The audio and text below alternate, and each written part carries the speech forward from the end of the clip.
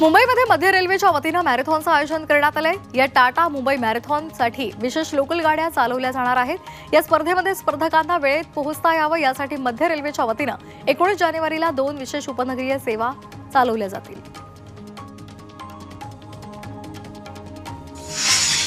देशभरात गव्हाची लागवड क्षेत्र आता वाढलेलं आहे। पाण्याची उपलब्धता त्याचबरोबर मुबलक थंडी पडल्यामुळे गव्हाला पोषक वातावरण मिळाले, त्यामुळे यंदा गव्हाचं उच्चांकी उत्पादन होण्याचा अंदाज आहे।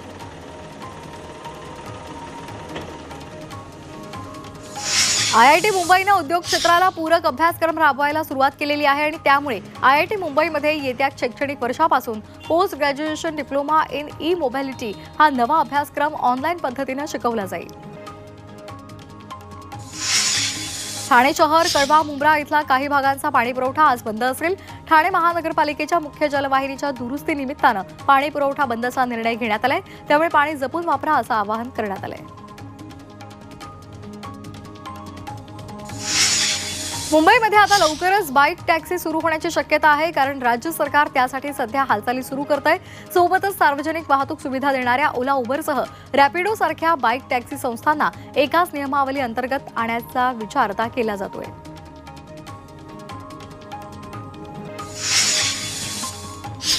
मुंबईकरांना मेट्रो 7A आणि 9 साठी प्रतीक्षा करावी लागणार आहे। दोन्ही मेट्रो मार्गाच्या कामांना MMRDA कडून मुदतवाढ देण्यात आली आहे। विविध अडचणींमुळे प्रकल्प पूर्ण व्हायला विलंब होतोय।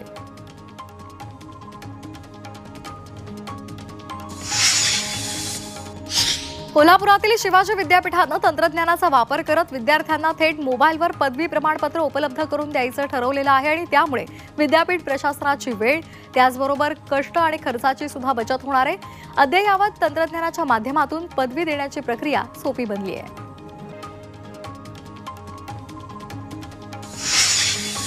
फेसबुक, इंस्टाग्राम, व्हॉट्सअॅपची मूळ कंपनी मेटा 3600 कर्मचाऱ्यांना नोकरीवरून काढून टाकणार आहे। नीट काम न करणाऱ्या कर्मचाऱ्यांना घरी पाठवलं जाणार आहे। मेटाचे CEO मार्क झुकरबर्ग यांनी या संदर्भातल्या बातमीला दुजोरा दिलाय। सप्टेंबर पर्यंत मेटा कंपनीमध्ये 72,400 कर्मचारी काम करत होते।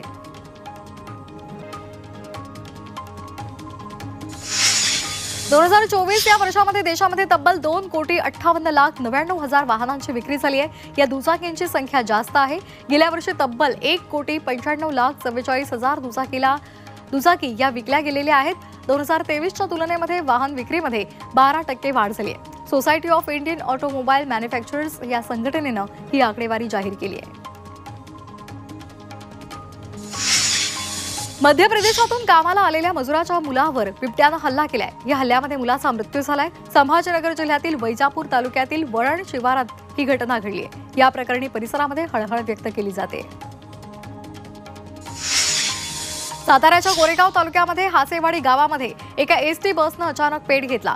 बसमधले सर्व प्रवासी आधीच उतरल्यामुळे मोठा अनर्थ टळला। यामुळे जीवितहानी टळलेली आहे। एसटी बसच्या इंजिननं अचानक पेट घेतल्यामुळे एकच गोंधळ उडाला।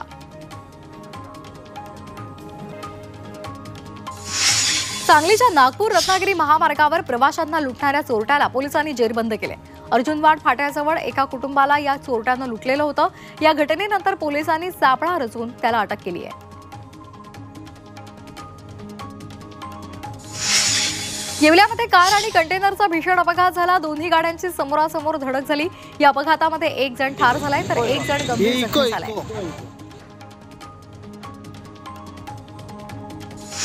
नाशिकमध्ये पहिल्यांदा श्री श्री रविशंकर यांच्या उपस्थितीमध्ये महागोदा आरती पार पडली।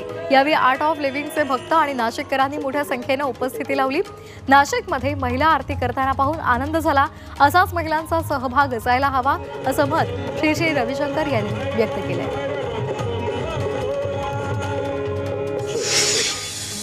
शिराळ्यामधील शाळेमध्ये भारतीय सैन्य दिवस उत्साहात साजरा करण्यात आला। भाजप आमदार गोपीचंद पडळकर आणि आमदार सदाभाऊ खोत यांच्या प्रमुख उपस्थितीमध्ये विविध कार्यक्रम पार पडले। यावेळी खोत यांनी शहीद रोमित चव्हाण यांच्या स्मारकासाठी 10 लाखांचा निधी देण्याचं जाहीर केले।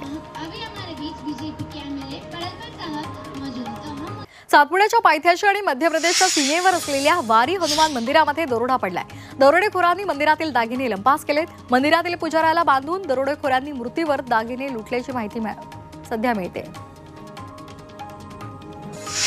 अकोल्यामधील एका पोलीस कर्मचाऱ्यावर चाकूने हल्ला करून हत्येचा प्रयत्न करणाऱ्या आरोपीला पोलिसांनी अटक केली आहे। तब्बल 4 वर्षांनंतर आरोपीला अटक करण्यात आली आहे। यवतमाळच्या दिग्रस येथे जनसंघर्ष अर्बन निधीमधील 44 कोटींच्या अपहार प्रकरणामधील मास्टर माइंडला अटक झाली आहे। प्रणित मोरेसह त्याच्या कुटुंबातील 4 आरोपी संचालकांना लोणावळ्यामधून पोलिसांनी ताब्यात घेतले।